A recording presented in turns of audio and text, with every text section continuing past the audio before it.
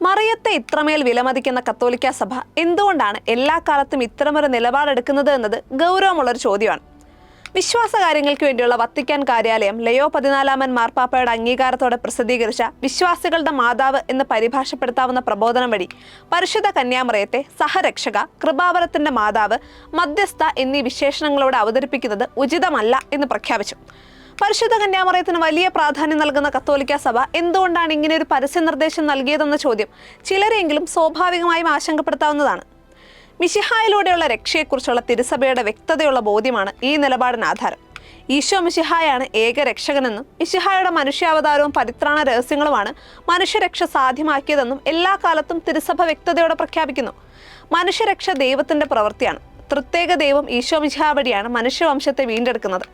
മിശിഹായിലൂടെ യാഥാർത്ഥ്യമാക്കുകയും പൂർത്തീകരിക്കുകയും ചെയ്ത രക്ഷാകര കർമ്മത്തിന് മറ്റാരുടെയും സഹായമോ പങ്കാളിത്തമോ ആവശ്യമില്ല.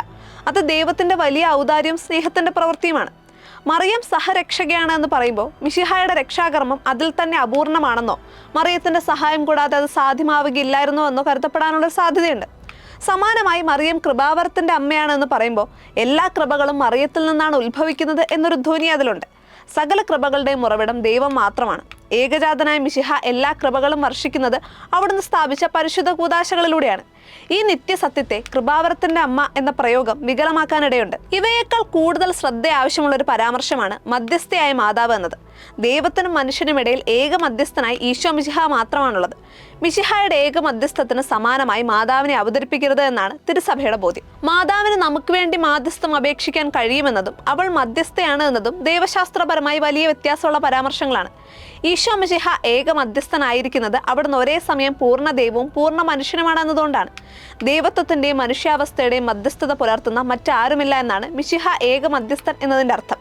എന്നാൽ മറിയവും വിശുദ്ധരും ജീവിച്ചിരിക്കുന്ന നമുക്ക് വേണ്ടി ദൈവസന്നിധിയിൽ മാധ്യസ്ഥം യാചിക്കാൻ കഴിവുള്ളവരാണ് എന്നും തിരുസഭയ്ക്കറിയാം. ഈ വ്യത്യാസത്തെ വ്യക്തമായി അവതരിപ്പിക്കാതെ മധ്യസ്ഥ എന്ന് മറിയത്തെ വിളിക്കുന്നത് വലിയ തെറ്റിദ്ധാരണകൾക്ക് ഇടവരുത്തുമെന്ന് കത്തോലിക്ക സഭയ്ക്ക് നല്ല ബോധ്യമുണ്ട്. അത്തരം സാധ്യതകളെയാണ് തിരുസഭ ഈ പ്രബോധനം വഴി ഒഴിവാക്കാൻ ശ്രമിക്കുന്നത്. ഇത്തരം ദൈവശാസ്ത്രപരമായ സൂക്ഷ്മത ഭാവിയിൽ ഉടലെടുക്കാവുന്ന അബദ്ധ പ്രബോധനങ്ങളെ തടയുന്നതിനും വിശ്വാസ സംബന്ധമായ വ്യക്തത നൽകുന്നതിനും ആവശ്യമാണ്.